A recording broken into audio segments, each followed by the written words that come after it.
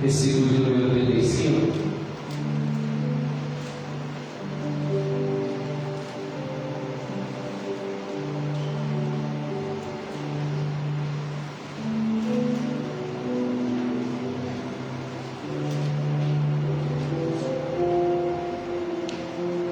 Atos dos Apóstolos, capítulo 20, versículo 35.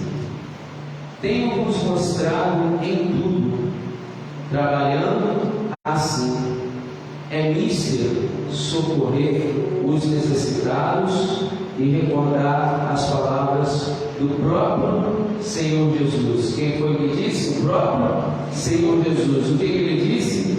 Mais do que feliz, mais do que alegre é dar que receber.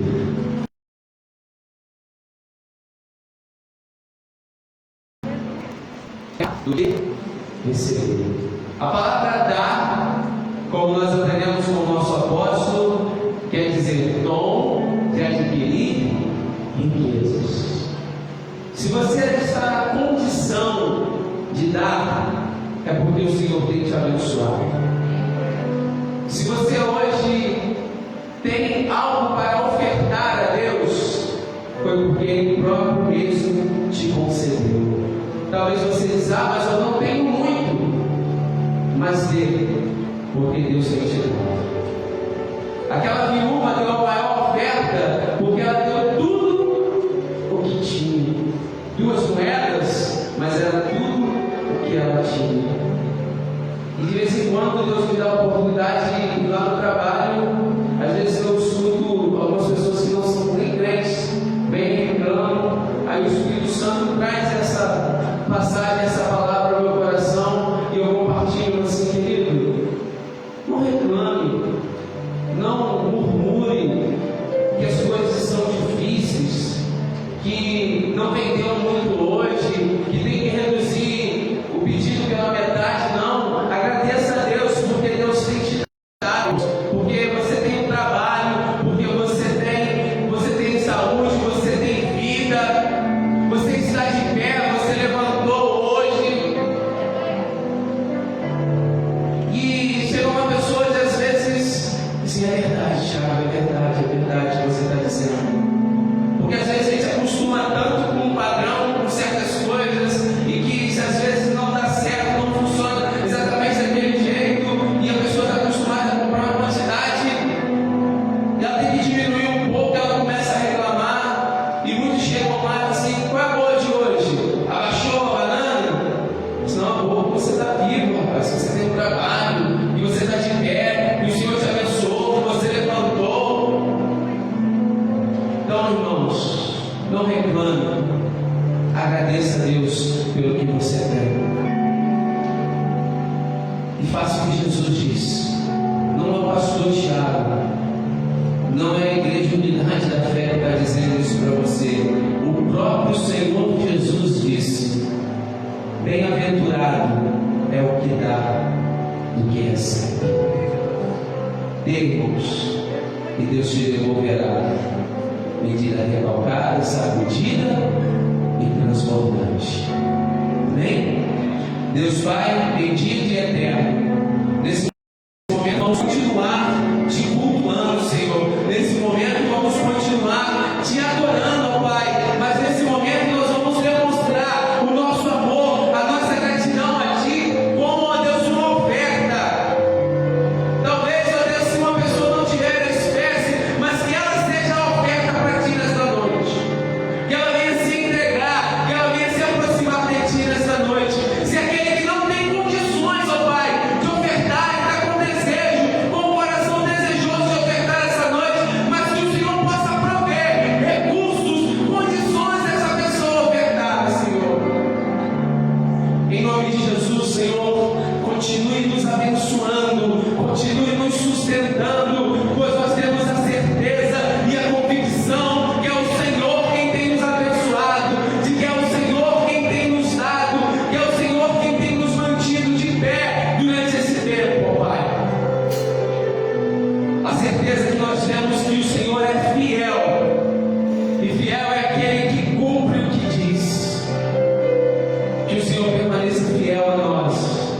e que nós também possamos ser fiéis a Ti, Senhor, nos nossos dízimos e nas nossas ofertas.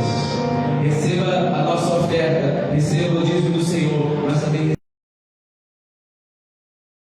receba a oferta em nome de Jesus. Amém. Você que trouxe a sua oferta, deposite na salva, e você que trouxe o dízimo do Senhor, venha até aqui à frente para que nós possamos orar por você.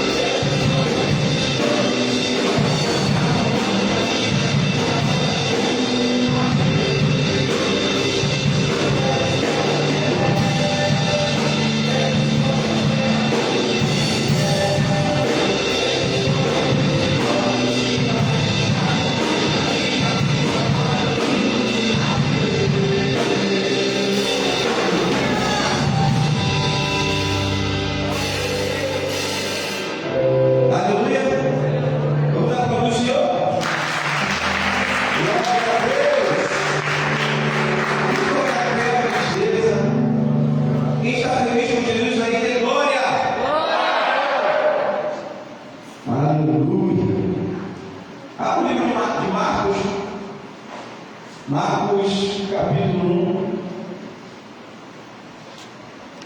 1. Glória a Deus.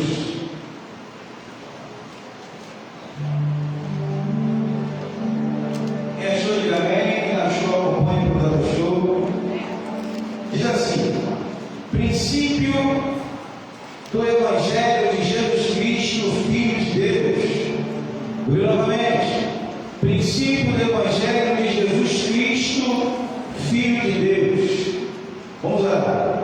Pai, em nome do Senhor Jesus, Acreditamos que o Teu Espírito está aqui no meio de nós. Acreditamos, meu Pai, que Tu já se faz presente, porque o Senhor habita no meio dos louvores. Eu lhe pedi, Senhor Deus, que a Tua poderosa palavra, ela possa, Senhor Deus, penetrar na divisão da alma e do Espírito. Meu Pai, que a Tua palavra possa vir e ser semeada em terra fértil, em terra boa. Meu Pai, que a falta de entendimento não possa operar nesse lugar. Repreendo, Senhor, nesse momento a todos os espíritos que venham roubar a semente dos nossos corações, porque a Tua palavra diz que se nós não entendermos a Sua palavra, Satanás vem e rouba os nossos corações. Pai, que em nome do Senhor Jesus, que o Senhor possa ser cirúrgico no meio de nós nessa noite, em nome do Senhor Jesus. Amém. Poder sentar. O versículo a qual eu acabei de ler é muito curto. Eu acredito que todos conhecem esse versículo. Princípio do Evangelho de Jesus Cristo, Filho de Deus. O que me chamou a atenção é curto o versículo, e porém ele diz: princípio do Evangelho de Jesus Cristo. O que me fez entender, o que me fez raciocinar o texto, que Marcos ele foi cirúrgico, foi muito decidido em dizer princípio do Evangelho de Jesus Cristo. O apóstolo Paulo, lá em Gálatas capítulo 2, vamos para lá para te ver. Ele cita na carta aos Gálatas, a igreja que estava, dizendo que se alguém pregasse outro Evangelho, anunciar que Jesus Cristo era anátema. Gálatas capítulo 2.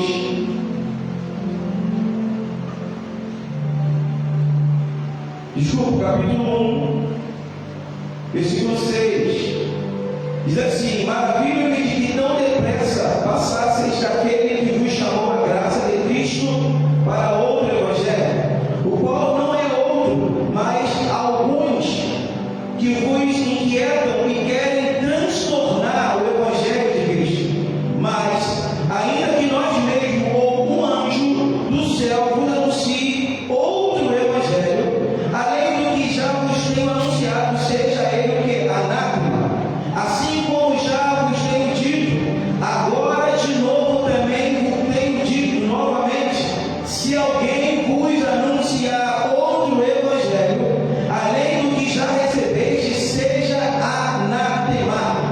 Novamente ele falou por 3 vezes outro Evangelho.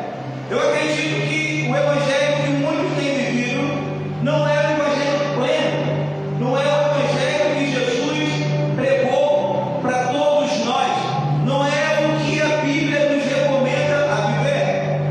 Eu lendo, eu entendi que o Evangelho, ele é a porta da graça. O Evangelho, ele abre a porta para a graça do Senhor Jesus Cristo nos alcançar. Abra gentileza em Romanos. Vamos passar um pouco na Bíblia hoje. Porque para você conseguir desfrutar de algo, você tem que conhecer. Se você não conhecer,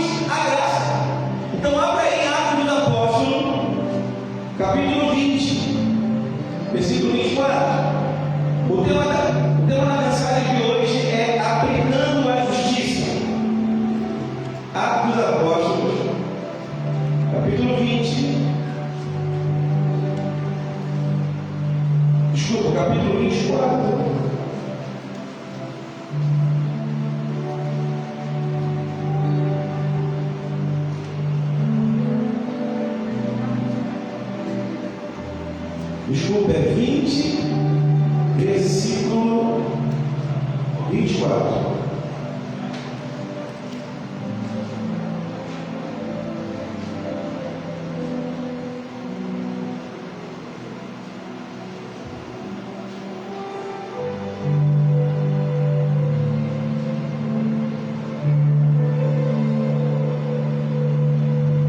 Isso.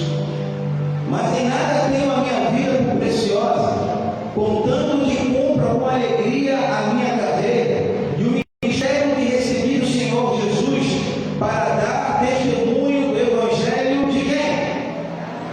Evangelho da graça.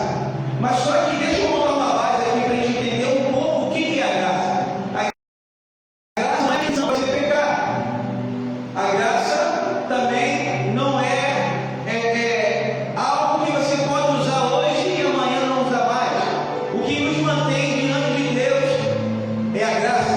O que nos mantém de pé é a graça do Senhor Jesus Cristo. Mas, pastor, o que é graça? Quando nós sabemos que a graça é um favor imerecido de Deus. Então, deixa eu trocar isso aí para você entender melhor. A graça é um bem que eu e você recebemos sem ter nenhum direito. E a misericórdia? A misericórdia é um mal que você merece receber, mas você não recebe pela misericórdia de Deus. Então a graça é o bem que você tem, que não merece. Graça. E a misericórdia? A misericórdia é um mal que você merece receber, mas não recebe pela misericórdia de Deus. Então esse evangelho é o evangelho da graça. Mas, pastor, eu vivo uma vida não plena em Deus. Hoje eu estou firme, mas amanhã eu quero desistir. Eu não tenho mais alegria de adorar o Senhor. Eu me sinto fraco em caminhar. Desculpe, eu sei que você está vivendo um outro evangelho. Não é o evangelho da graça de Deus. É o seu evangelho que cabe às suas manias, que cabe ao seu jeito de viver. É o seu evangelho. Esse evangelho é o evangelho da desgraça, que não tem a graça de Deus. O evangelho da graça te conduz a um novo nível de relacionamento e de intimidade com Deus. Amém ou amém? Vamos voltar para Romanos 1,16. Romanos 1, versículo 16.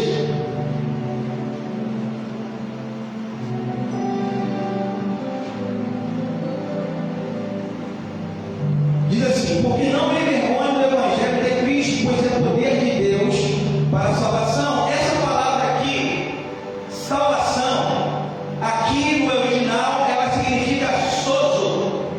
Sozo significa cura, libertação e salvação. Então aqui o apóstolo Paulo está dizendo para a igreja que estava em Roma que eu não me envergonho do Evangelho de Cristo, porque ele é poder, porque você não tem que se apresentar diante de Deus para pedir a sua cura. É isso que ele está querendo dizer aqui. Se você se você recebeu a salvação pela graça do Senhor Jesus Cristo, você não tem que se apresentar mais diante de Deus pedindo a sua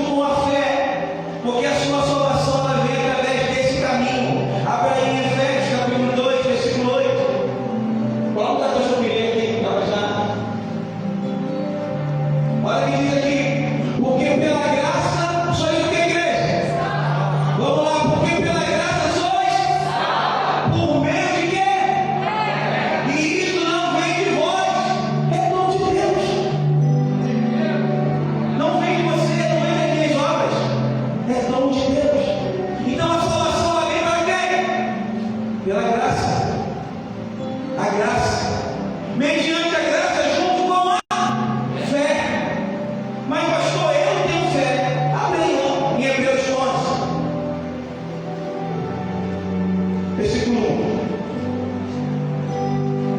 1. Eu acredito que todos aqui têm fé, senão eu não estaria aqui.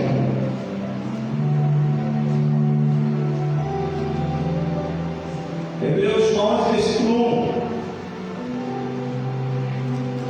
O missionário tirou o livro de Hebreus daqui. Vou ler aqui. Olha que diz: ora, a fé é o firme fundamento das coisas que se esperam e a prova das coisas que não querem. Então vamos lá. Raciocina comigo.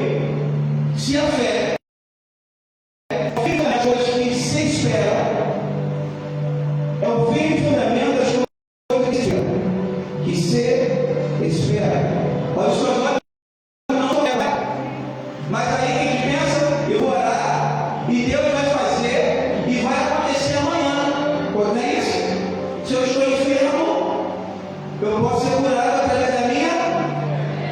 Então sempre está no futuro. Nós colocamos a nossa fé sempre no futuro. Mas só o que Jesus fez por nós está onde? Lá no passado. Ele não vai fazer. Ele já fez. Todo o privilégio que você tem hoje, ele já fez. Mas pastor, mas aqui se espera. Eu acredito. Se você tem fé, você espera confiando que já aconteceu em Jesus Cristo. Você não consegue desfrutar porque nem você acredita. Você não consegue ganhar ninguém com Jesus porque Jesus ainda não te ganhou. Você não consegue. Quantas almas para Jesus você ganhou no ano de 2020?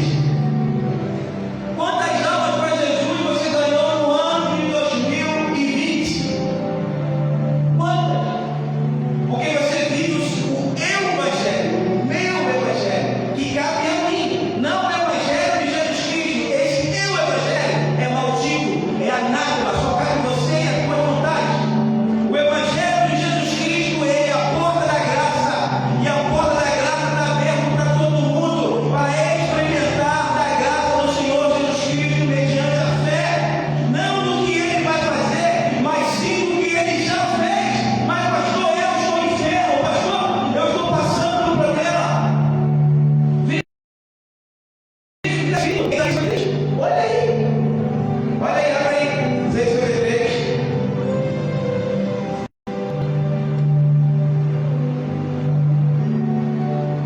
Aleluia. 53, versículo 4. Diz assim: verdadeiramente ele tomou sobre si as nossas. Aí você ora pela sua cura de enfermidade. A fé nada mais é, pega o que ele já fez e traz para mim. Está conseguindo entender? Ele não vai fazer. A sua fé, ela agarra o que ele já fez e traz para mim. O meu corpo. Traz o meu presente que ele já fez. Mas para isso você precisa ter fé. Porque você ora para ele te curar, mas olha o que ele já fez. Verdadeiramente ele tomou sobre si as nossas enfermidades, as nossas dores ele levou sobre si, e nos reputamos por aflitos, feridos de Deus e oprimidos. Mas ele foi ferido pelas nossas transgressões, moído pelas nossas iniquidades. O castigo que nos traz a paz estava sobre ele, e pelas suas pisaduras fomos Então a sua fé que toma posse disso. É a sua fé. Não é a sua alma, é a sua fé.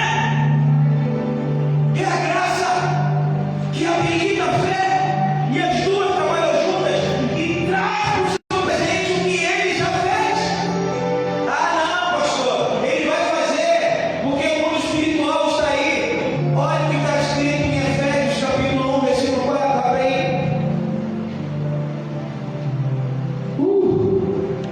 Glória a Deus. Efésios capítulo 4. Desculpa, capítulo 1. Vamos ler o versículo 3. Ah, mas ele precisa fazer então o mundo espiritual. Olha o que ele já fez.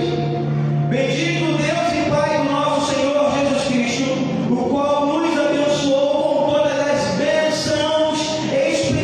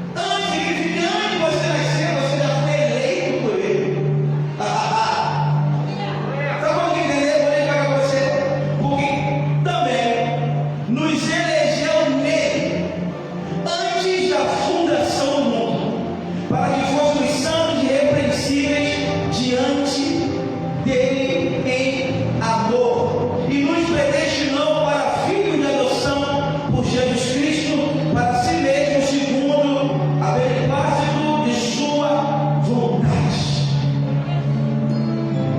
Você precisa acreditar que ele já fez. Então, vire para a pessoa que você olha para ela: já está feito. Chega diante de Deus agradecendo a Ele, porque já está feito. Vamos lá para o Senhor, porque Ele já fez. Já está feito. Já está completo. Já está pronto. Você é livre. Aleluia.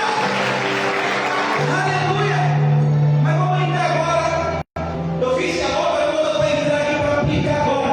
Senão você não ia conseguir entender. Porque o tema da mensagem é aplicando a justiça de Deus. Nós temos que entender um princípio básico. Se você não consegue entender, eu já disse aqui no início, você não consegue desfrutar. Quer ver uma coisa? Meu carro vivia combustível no meio do caminho, vivia parando com combustível. Mas só que, depois eu peguei o manual e fui ler o manual, lá no manual está dizendo que no computador de bordo tem uma função lá que eu posso colocar lá, e lá vai me dizer quantos quilômetros eu posso andar com o combustível que está andando. E eu estava padecendo na estrada, a ela sofreu completamente. Bem possível, não consigo calcular, fui ver o manual. Por que você está sofrendo? Você não leu o manual. Está dizendo tudo como você funciona. Está dizendo tudo como o céu funciona. Está dizendo como você atrair o céu para a terra. Ele diz aqui tudo que 2 ou 3 concordarem na terra, ele concorda no céu. Ele está dizendo tudo que ligar na terra será ligado no céu. Está tudo no manual. Por que você anda batendo cabeça? É falta de instrução. O Evangelho é poder para a salvação. E a salvação aqui eu disse é todo, a totalidade, é cura, é libertação, é salvação para a tua vida. Aleluia! Abra aí João. Está começando a entender? Livro de João, capítulo 9. Mediante isso tudo que nós ouvimos, você só vai conseguir desfrutar se você conseguir compreender. E se você não compreender, você não vai conseguir aplicar. E quando você não consegue aplicar, você acaba dando ritmo daquilo que você conhece. Seria a mesma coisa que alguém que tem uma arma, mas não sabe manusear. O que acontece com a pessoa? Atira o pé. Acontece um acidente, ele não consegue manusear a arma direito, porque ele não sabe. Então vamos ver aqui para a gente entrar na mensagem. João 9.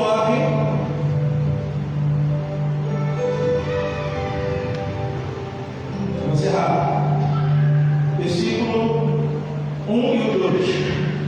Diz assim: passando Jesus, viu um homem cego de nascença, e os seus discípulos lhe perguntaram, dizendo: Rabi, quem pecou, este ou seus pais, para que nascesse cego? Na opinião de vocês, quem pecou? Os pais?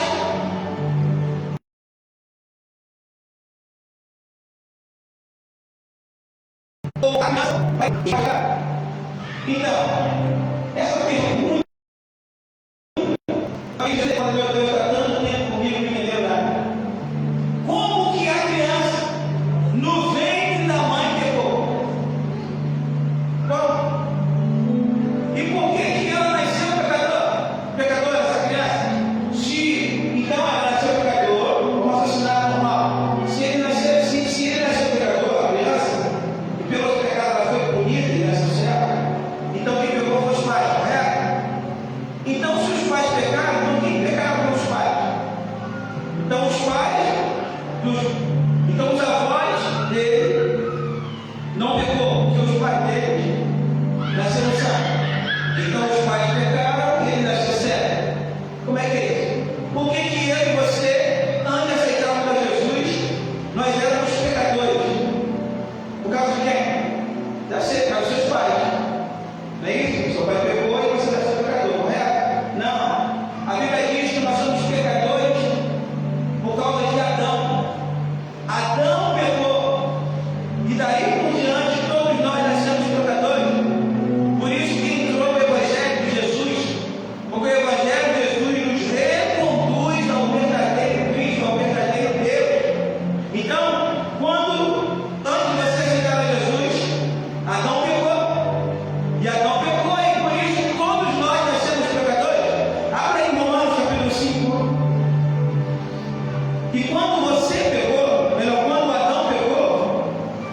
naquele exato momento, ele colocou todo o poder, ele transferiu o poder da terra totalmente para Satanás. Por isso que Jesus teve que vir. Então toda a injustiça começou a operar através desse pecado. Capítulo 5, versículo 12. Então, se através de um homem na terra entrou o pecado, a Bíblia, o texto vai dizer que através de Jesus Cristo, todos nós fomos justificados diante dele. Então diz assim, capítulo 5, versículo 12. Pelo que, como por um homem entrou o pecado no mundo, e pelo pecado a morte, assim também a morte passou a todos os homens, por isso que todos o quê? Pecaram. Então todos nós somos pecadores por causa de quem? De quem? Vamos lá, gente, de quem? De Adão. Versículo 13. Porque até a lei estava o pecado no mundo, mas o pecado não é imputado, não havendo lei. No entanto, a morte reinou desde Adão até Moisés, até sobre aqueles que não pecaram, a semelhança da transgressão de Adão, o qual é a figura daquele que havia de vir. Mas não é assim o dom gratuito como a ofensa, porque se pela ofensa de um morreram muitos, muito mais a graça de Deus e o dom pela graça, que é de um só homem, Jesus Cristo, abundou sobre o quê? Muitos. E não foi assim o dom como a ofensa, por um só que pecou, porque o juízo veio de uma só ofensa, na verdade, para a condenação, mas o dom gratuito veio de muitas ofensas para a justificação. Porque se pela ofensa de um só a morte reinou por esse, muito mais os que recebem a abundância da graça e o dom de quê? O dom da justiça reinarão em vida por um só, Jesus Cristo. Pois assim como por uma só ofensa veio o juízo sobre todos os homens para a condenação, assim também por um só ato de justiça veio a graça sobre todos os homens para a justificação da vida. Porque como pela desobediência de um só homem, muitos foram feitos o quê? Pecadores por causa de Adão, assim pela obediência de um, muitos serão feitos o quê? Justo. Veio, porém, a lei para que a ofensa abundasse, mas onde abundou o pecado, superabundou a graça. Aleluia! Onde abundou o pecado, superabundou a graça do Senhor. Ou seja, o bem que eu e você não merecemos chegou até nós por causa da graça de Deus. Por isso que a graça é permanente. E a misericórdia de Deus se renova dia a dia, dia a dia. Eis que a misericórdia do Senhor se renova pela manhã. Então, ou seja, por um homem toda a humanidade pecou, e pela obediência de um homem todos nós somos justificados em Cristo Jesus. Então, se através de um homem nós somos justificados, ele teve que fazer algo para nos justificar. Então ele teve que nos conduzir, ele teve que ir de livre e espontânea vontade para a cruz. Eu não tenho tempo para explicar isso, mas existem três aspectos da cruz. Vamos lá, os três aspectos da cruz. Jesus como representante e Jesus como nosso estilo de vida. Vamos ver o texto que diz aí. Jesus como nosso estilo, primeira carta de Pedro, capítulo 2, versículo 24. Acompanhe quando eu estou passando errado. 1 Pedro diz: levando ele mesmo em seu corpo os nossos pecados sobre o madeiro, para que mortos para os pecados pudéssemos viver para a justiça, e pelas suas feridas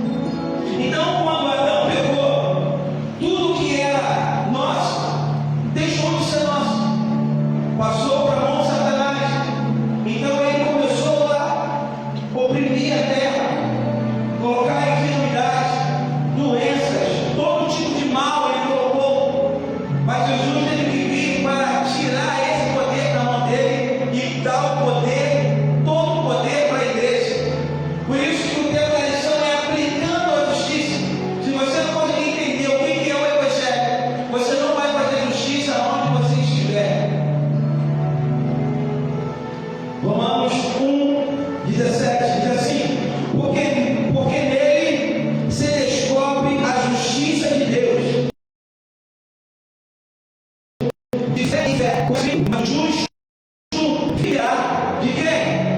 Da fé. Mas olha que Paulo está nos dizendo, porque nele se descobre, nele se descobre a justiça. E se Jesus morreu na cruz, se eu nasci pecador, sem pecado, por causa de Adão, então você pode fazer o que você quiser, você nunca será justo. Não, eu pago minhas contas em dia, eu falo e cumpro o que eu falei, eu não chego atrasado, eu não escondo nada, eu não minto. Isso não vai trazer justiça para você. Nada que você venha fazer vai tornar você justo. Somente da mesma forma que você nasceu já pecador, sem pecado, por causa de Adão. Da mesma forma, você pode fazer o que você quiser, mas você nunca vai ser justo, porque você precisa entender a justificação de Jesus. Você só é justo pela justiça de Deus. Amém? Você só pode dizer que é justo porque Jesus fez justiça por você. E aqui eu posso afirmar que Jesus não morreu por amor, morreu por justiça. Jesus morreu por justiça. Deus amou o mundo que deu o seu Filho, mas Jesus Cristo morreu por justiça para nos tornar justos diante de Deus. Amém? Vamos seguir? Mediante isso tudo que eu falei, vamos seguir agora o caminho da justiça. Então, antes de você aceitar a Cristo, Satanás reinava sobre a sua vida, ele dominava a sua mente, dominava o seu corpo, colocava enfermidade sobre você, porque você não entendia nada de justiça, você vivia a sua própria vida. Mas quando você aceitou a Jesus Cristo como o único Senhor Salvador, o sacrifício de Jesus te justificou diante dele. Então, através disso, você está municiado da lei do Senhor Jesus Cristo, porque o diabo não pode mais te acusar. O diabo não pode mais dizer que tu é um pecador. Você é um pecador, você é santo buscando santidade, mas existem os pecados voluntários, sim, mas existem aqueles pecados que são premeditados, os pecados voluntários, que você pensou em fazer, mas Deus criou um outro mecanismo chamado arrependimento. Quer dizer então que você está me dando passe livre para pecar, então eu me arrependo? Não, você já peca sem passe. É isso? Você já faz. Mas só que o arrependimento nos livra da iniquidade, da continuidade dessa ação. Então o que eu quero que você entenda, e eu oro a Deus para que o Espírito Santo coloque isso no seu espírito, que você só pode se apresentar diante do Senhor através da justificação de Jesus Cristo, porque Ele se fez pecador por nós. Mas como pastor, como que o pecado que eu tinha a todos eles, e agora Jesus Cristo levou sobre si também os nossos pecados tudo? Sim, olha aí que está escrito em Romanos capítulo 4.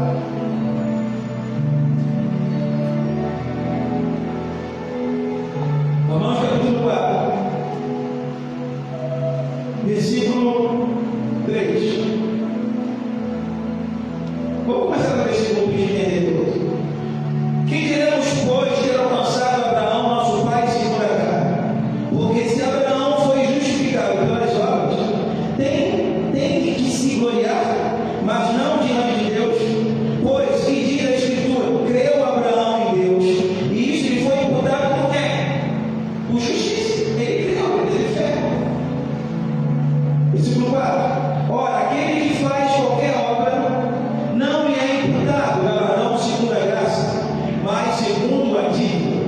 Mas aquele que não pratica, porém aquele que justifica o ímpio, a sua fé lhe é imputada como que? Justiça. Presta outra palavra. Imputada como justiça. Versículo 6. Assim também Davi declara: bem-aventurado o homem a quem Deus imputa a justiça sem as obras, dizendo: bem-aventurados aqueles cujas maldades são perdoadas e cujos pecados são o quê? Cobertos.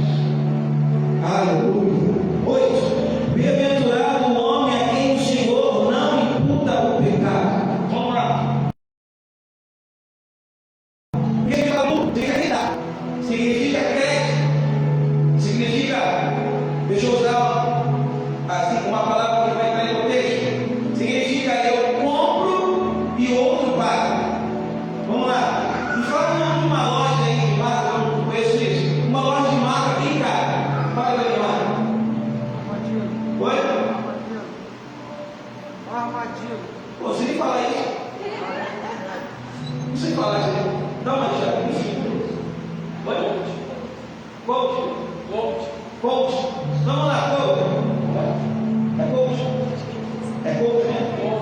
Coach, tá gravando, eu vou falar, coach, vamos lá. Coach. Aí, né? É isso que ele falou, coach. Vamos lá. Aí, você vai nessa loja. Entra nessa loja e compra tudo que você quiser nessa loja. Tudo. Tudo que você quiser. A loja mais cara, a loja mais cara, mais cara. Você vai lá, compra tudo que você quiser, pessoal. Aí quando for pagar, eu vou assinar o pastor Tiago vai pagar. Aí já sai da loja. E ela não lá. Aí vai outra pessoa, vai lá e compra tudo nessa loja, tudo. Na hora de pagar, ela vai falar, pastor Tiago vai pagar. Quem está imputando aqui?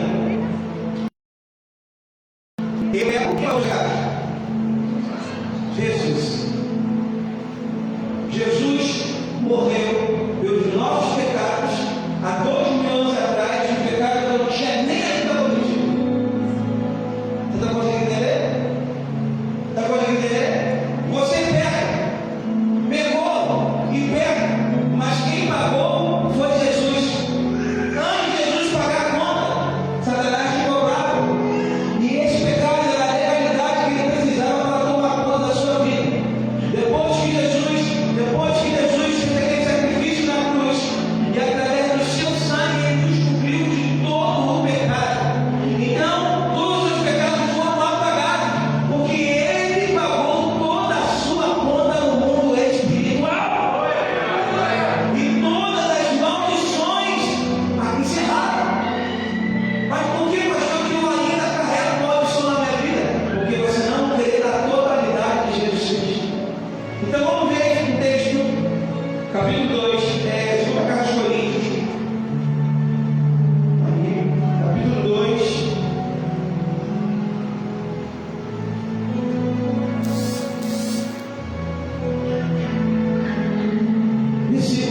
Capítulo 5, segunda carta aos Coríntios, segunda carta aos Coríntios, capítulo 5, versículo 21.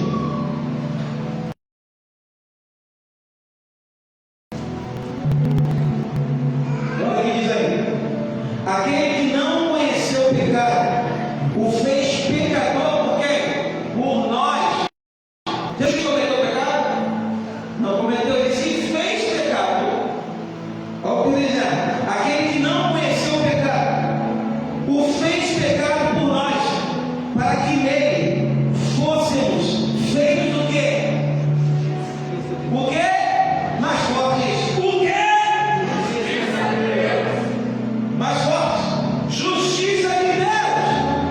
Eu vou ler o texto e no final você fala justiça de Deus. Amém? Aquele que não conheceu o pecado, o fez pecador por nós, para que nele fôssemos feitos. Isso. Justiça de Deus. Então, quando ele fez isso, ele nos fez justiça. Se ele nos fez justiça, é para nós, aonde houver, aonde estiver uma injustiça, nós aplicarmos aonde estiver um ato ilegal. Deixa eu ser claro. Você chegou no ambiente, você percebeu que tem uma ação de Satanás ali. Satanás está o que naquele local? Ilegal. E o Senhor te fez o quê? Justiça. Então o que você vai falar? Eu sou a justiça de Deus, eu vou aplicar a lei do mundo espiritual aqui, porque eu sou legal aqui. Está conseguindo entender? Ele nos fez justiça. Ele nos fez, pastor, eu estou vendo um vulto na minha casa. Você grita lá, eu sou a justiça de Deus. O que significa? Que Satanás não tem legalidade ali. Que todos os seus pecados foram gravados naquela cruz. O sangue do Senhor está sobre a sua vida e sobre a sua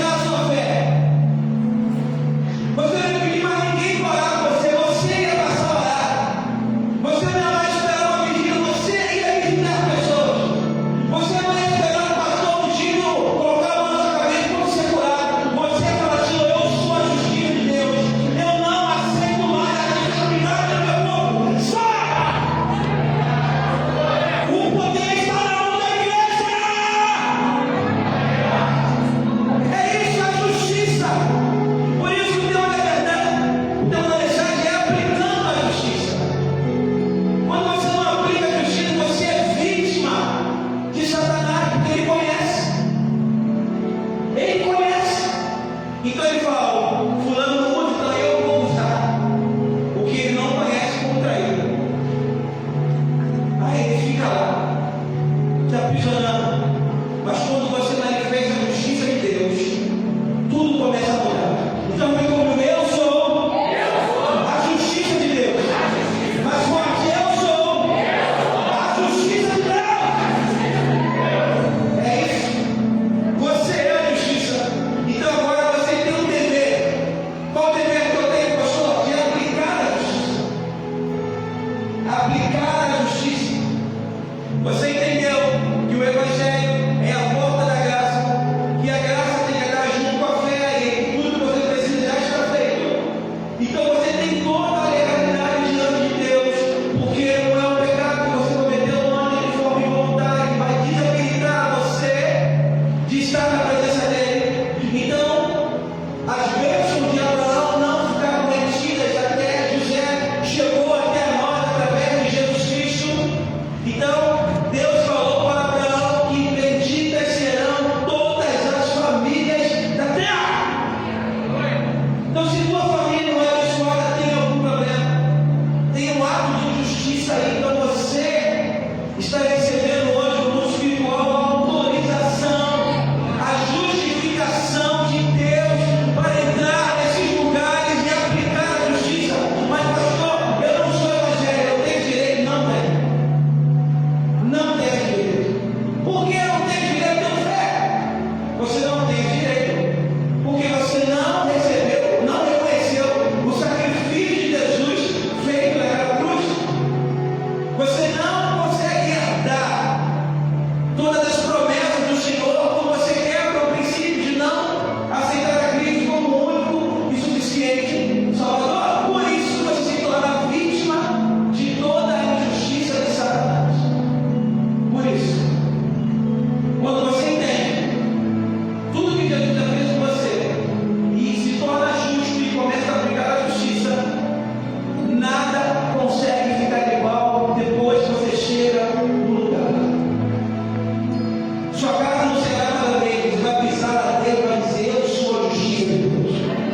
Você vai dizer para a depressão: sai de mim porque eu sou a justiça. Você vai dizer para a tua ansiedade descontrolada: eu sou a justiça de Deus.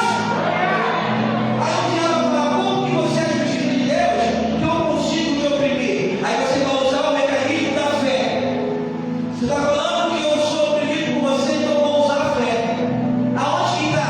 Aonde que o braço da fé vai alcançar amanhã? Não. A sua fé vai dizer para você: meu filho, fica tranquilo, porque já está feito. Já está feito. Já está pronto. Quando Jesus naquela vida diz: está consumado. Está feito. Está pronto. Não tem que fazer de mais aquele dia. Plantar bananeira. Reconheça a Jesus Cristo como o único e suficiente Salvador da sua vida e se torna justo. E aí, se tornando justo, você se torna a justiça de Deus. Pastor, mas como eu entendo que eu posso ser a justiça? Que eu sou a justiça? E como que eu vou aplicar essa justiça? O Senhor nos recomendou sobre isso. Olha aí em Marcos. Esse é o princípio do Evangelho de Jesus Cristo, o que Marcos disse no versículo 1. Marcos capítulo 16.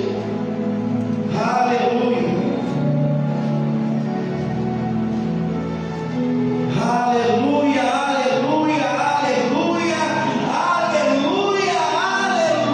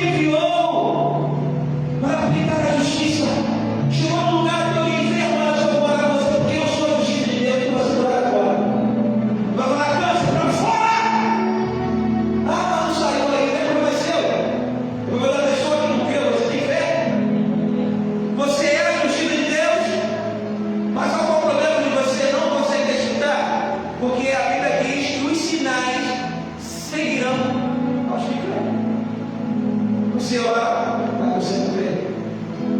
Então você tem mais facilidade de acreditar naquilo que tu já fez, naquilo que você faz, do que ela dizendo, você tem mais facilidade de acreditar naquilo que você faz com as suas mãos do que com Jesus, que ele já fez.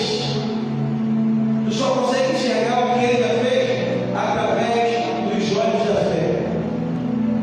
E os sinais seguirão aos que creem. Os sinais seguirão aqueles que aplicarem a minha justiça. Os sinais seguirão aqueles que aplicarem a minha justiça. Os sinais seguirão aqueles que aplicarem a minha justiça.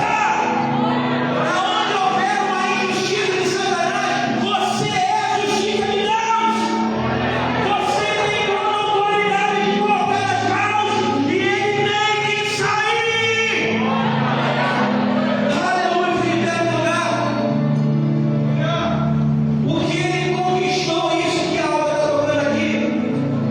Me ajuda? Tudo que Jesus conquistou na cruz é um direito meu, é um direito seu. Mas pastor, eu estou muito mal. Eu estou mal, eu não tenho vivido a totalidade de Deus para a minha vida. Coloca a mão aí no teu coração. Vamos fazer uma oração.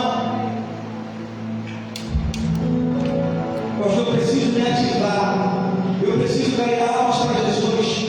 Eu preciso aplicar a justiça no lugar de injustiça, porque na minha casa Satanás tem me oprimido, a minha esposa tem oprimido meus filhos.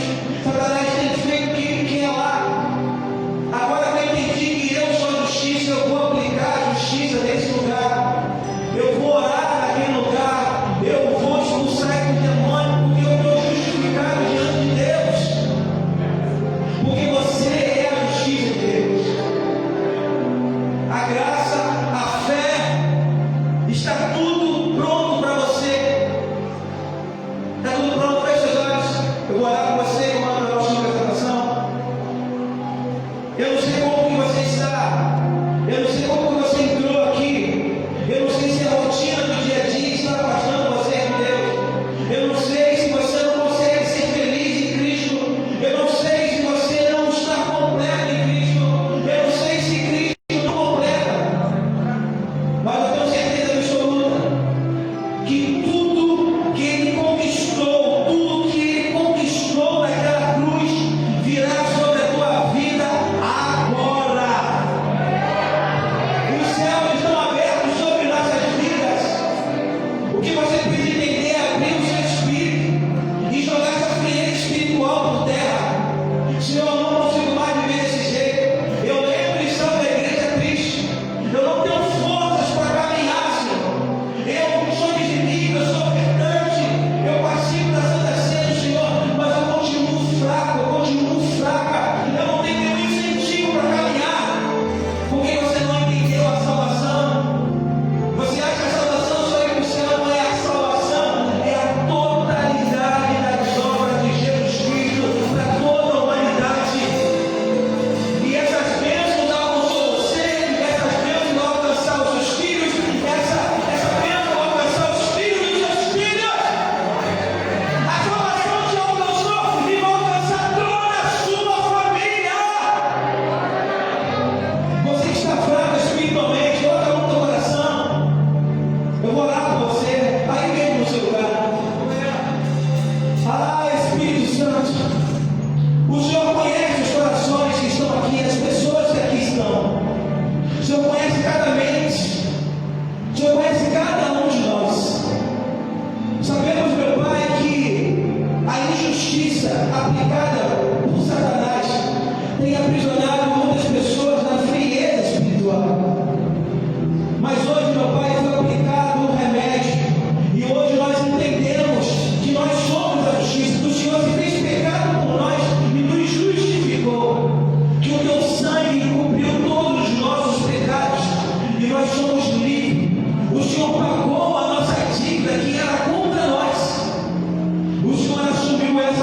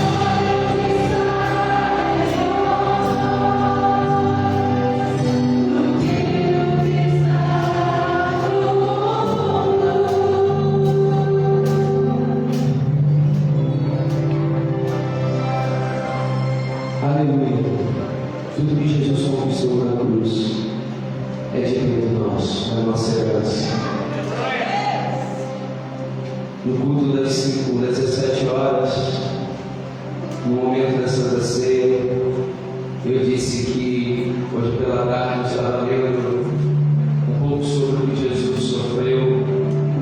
Eu não quero te sensibilizar com isso, mas eu só quero lembrar aquilo que Ele fez para que você tivesse vida, aquilo que Ele suportou para que você estivesse aqui hoje. Mas eu não existia, mas Deus pensava em você. Deus tem sonhado com você.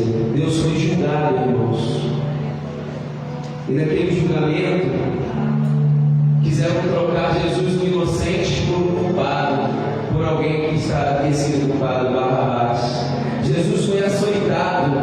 O chicote era feito de tira de couro, trazia na ponta pedaços de ferro, de chumbo ou osso. A intenção era dilacerar o corpo do condenado, fazê-lo agonizar de dor. Tudo isso foi o que Jesus suportou por você. Um açoite, um chicote que não era para Ele.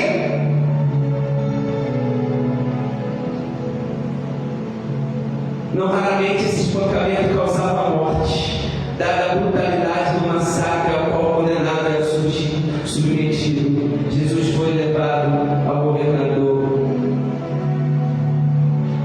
E sabe mais o que? Colocava sobre ele uma coroa de espinho.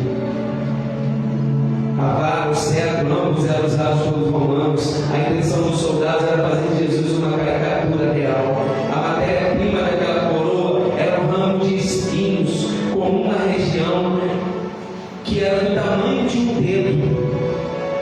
Essa coroa de espinho colocaram na cabeça dele e apertaram. E começaram a debochar dele, porque eles diziam que os judeus diziam da coroada agora, e começavam a dizer: salve o reino dos judeus. E as pessoas gargalhavam, riam de Jesus. Foi isso que Jesus enfrentou por mim e por você, irmãos. A humilhação, a vergonha. Sabe o que Jesus também fez? Foi cuspido. Ao invés de um beijo, Jesus ganhou um cuspe. Jesus é um pago de Jesus. E o caminho até a cruz é comumente chamado de via dolorosa, como aprendemos na história. A crucificação teve o período aconteceu no período das guerras. E aquela via era uma via de choro, de tristeza. E Jesus carregou uma cruz que não era para Ele, era por mim e por você.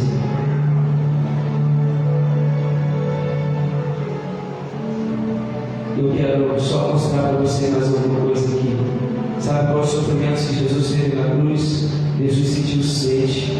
Ele foi exposto ao sol, ao calor causticante, a paralisação das correntes sanguíneas, dores intensas, as artérias da cabeça, estômago cheio de sangue, febre traumática, eterna, perda contínua de sangue, morte lenta, que durava de 36 a 9 dias.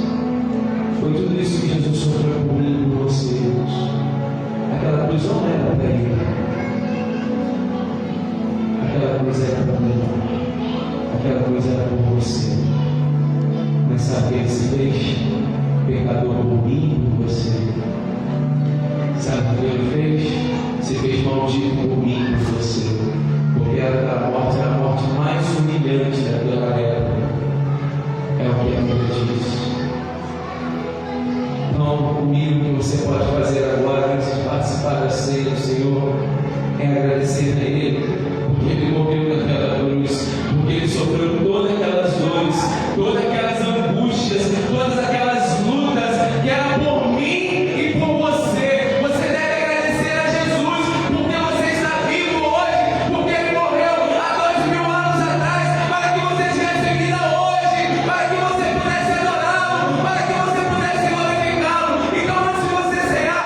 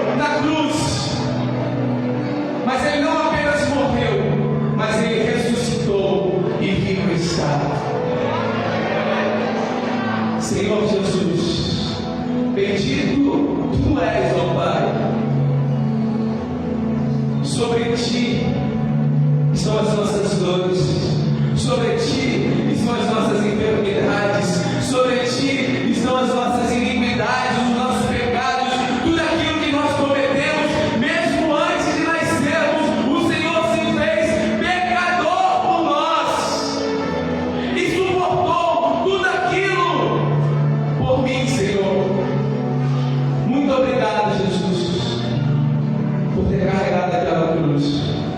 Muito obrigado pela coroa de espinho que tu suportaste. Muito obrigado, Senhor, pelos pregos que foram colocados em seus pulsos. Muito obrigado pelos pregos que foram colocados em seus pés. Muito obrigado pela agonia, pela hematidrose, Senhor, por o Senhor ter suado sangue em meu favor. Muito obrigado, Senhor. Eu não posso me esquecer disso. Eu não posso viver sem lembrar do que o Senhor sofreu por mim, ó Deus. Não, Senhor. Nós queremos discernir o teu corpo. Sim, Deus, nós não podemos achar e ter, ó Deus, e acreditar que a Santa Ceia é uma reunião simples, que é uma reunião comum. Não, Senhor, nós estamos lembrando, porque o Senhor disse: fazer isto em memória de mim, e nós estamos trazendo a tua memória nesse momento, Senhor, que o Senhor suportou tudo isso por nós. Oh, Jesus, muito obrigado, Senhor. Muito obrigado, Jesus. Muito obrigado. Irmãos, a Santa Ceia é uma reunião muito poderosa. Não é algo simples ou banal. Nós precisamos valorizar esse momento. O apóstolo Paulo, quando escreve aos Coríntios, ele diz assim: aquele que come e bebe indignamente deve para o seu próprio juízo. É por isso que existem muitas pessoas doentes na igreja. Sabe por quê? Elas fazem o que fazem e chegam aqui e não têm o discernimento do corpo e do sangue de Cristo e acham que podem beber e continuar fazendo as mesmas coisas que fazem. Não, irmãos. Não faça isso pela sua própria condenação, mas faça um autoexame. Nós não nos colocamos como juiz, não, mas queremos que você seja maduro ao ponto de reconhecer. Se você não tem condições, se arrependa. E arrepender é nunca mais cometer. Mas participe desse momento.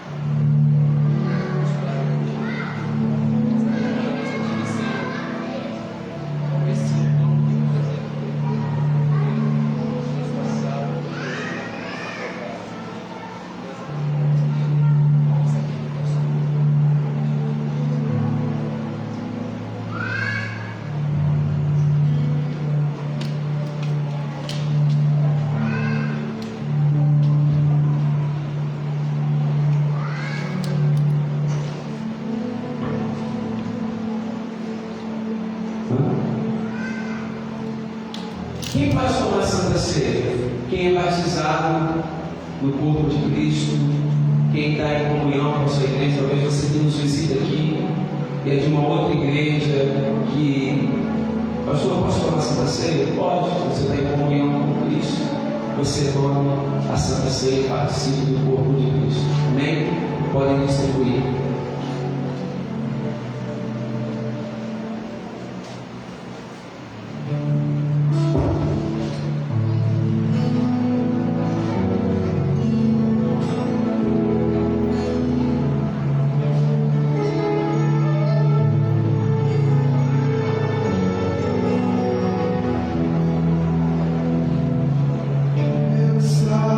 Salva-se, junto com os anjos.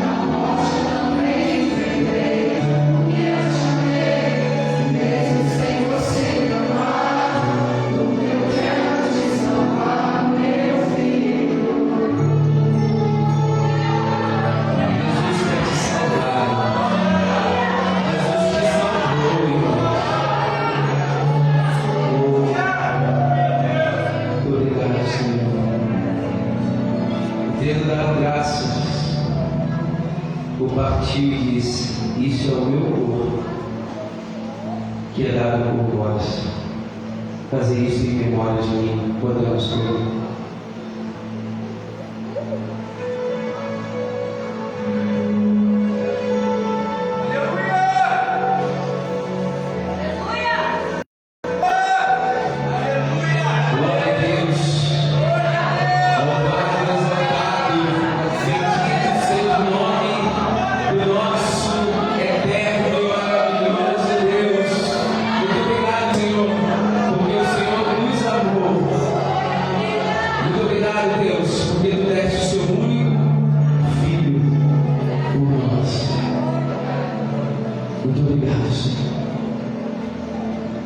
Graças a Jesus Cristo.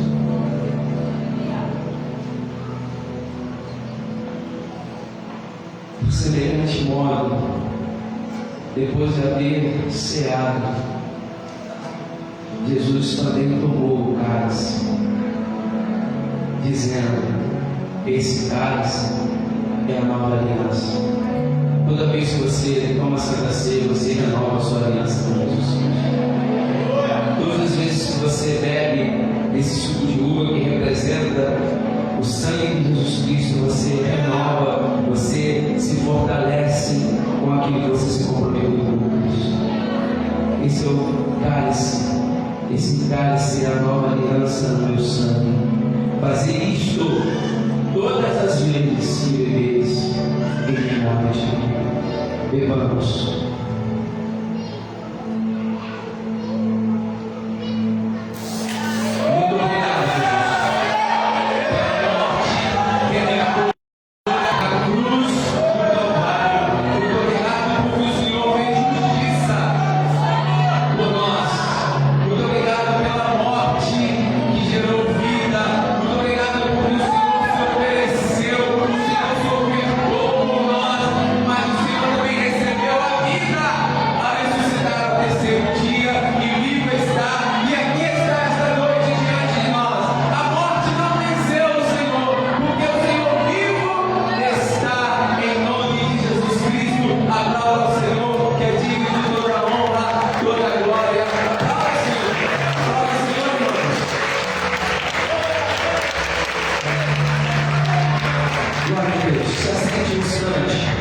Para a gente poder fazer as considerações finais.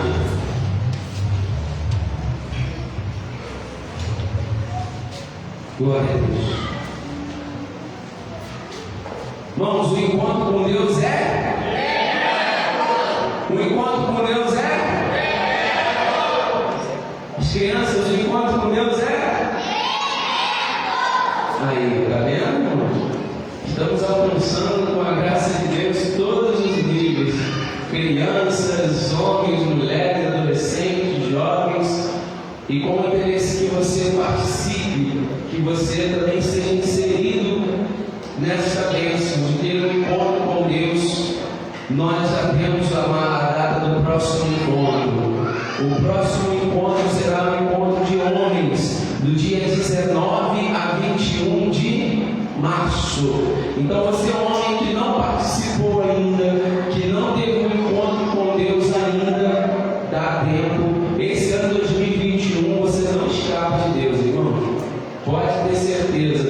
Você vai fugir, vai desviar para a direita, para a esquerda, mas Deus vai acertar esse encontro, vai ajustar esse encontro com você esse ano aí, e você não vai ter para onde correr, não. Então, no dia 19 a 21 de março será um encontro com Deus dos homens, e do dia 26 a 28 do mês de março também será um encontro com Deus das mulheres. As inscrições já estão abertas, lembrando que você só garante a sua inscrição dando um sinal. Então, converse, procure a Diana está lá em cima hoje no Data Show. É ela que você vai dar o seu nome, você vai ver a forma de pagamento, como você pode pagar, dá para você parcelar. Qual é o valor, pastor?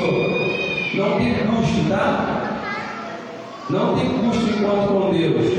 Tem investimento. Você está investindo na sua vida espiritual. Então, qual é o valor do investimento, pastor? Apenas R$200. Talvez tenha alguém que possa dizer assim: estavam dizendo que quando eu fizesse distância para seria mais barato e agora que está fazendo no sítio ficou mais caro. Irmãos, encareceu R$50.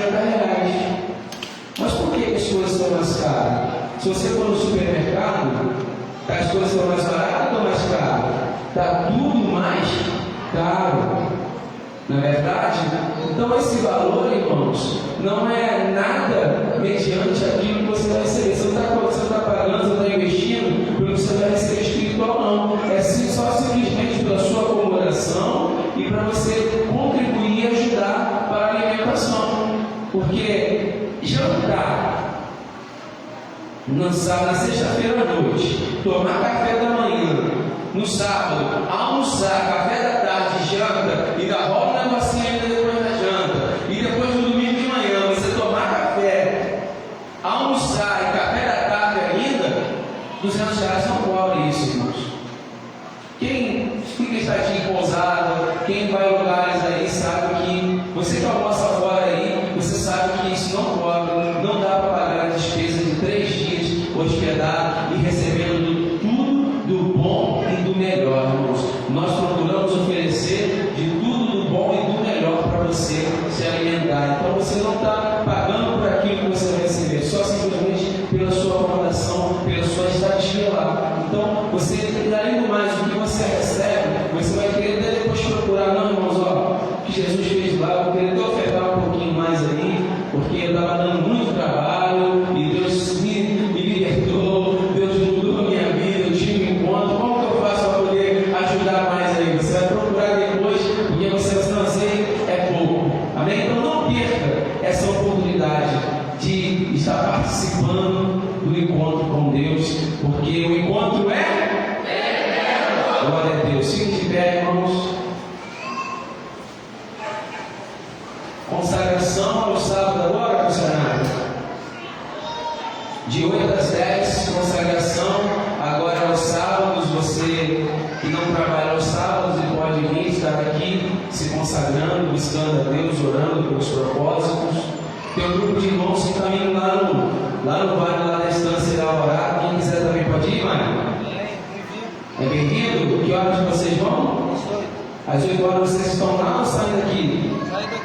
Sai daqui da igreja às 8 horas, estão vendo o irmão lá, buscando a Deus, orando. Então é bem-vindo se juntar aí ao Maicon, ao Luiz, ao Diego, que estão com esse compromisso que partiu do coração deles de estarem orando lá aos domingos pela manhã, na Estância Equatar, conhecendo o espaço que foi consagrado para oração, para edificação, para buscar, para estar mais próximo de Deus. Então procure, esteja aí procurando o Luiz, o Maicon ou o Diego para você estar se organizando, para estar juntamente com eles lá buscando a Deus. Amém? Muita oração, muito poder, irmãos. Senhor, graças te damos por tudo que o Senhor fez e realizou aqui hoje durante o culto da tarde, o culto das 19 horas. Muito obrigado, Senhor, pela tua presença. Nós não abrimos mão da tua presença, Senhor, em nenhuma das nossas reuniões. Nós queremos o Senhor presente em todas elas, se manifestando com a tua glória e com o teu poder. Assim nós te pedimos que o Senhor nos dê uma semana de bênção,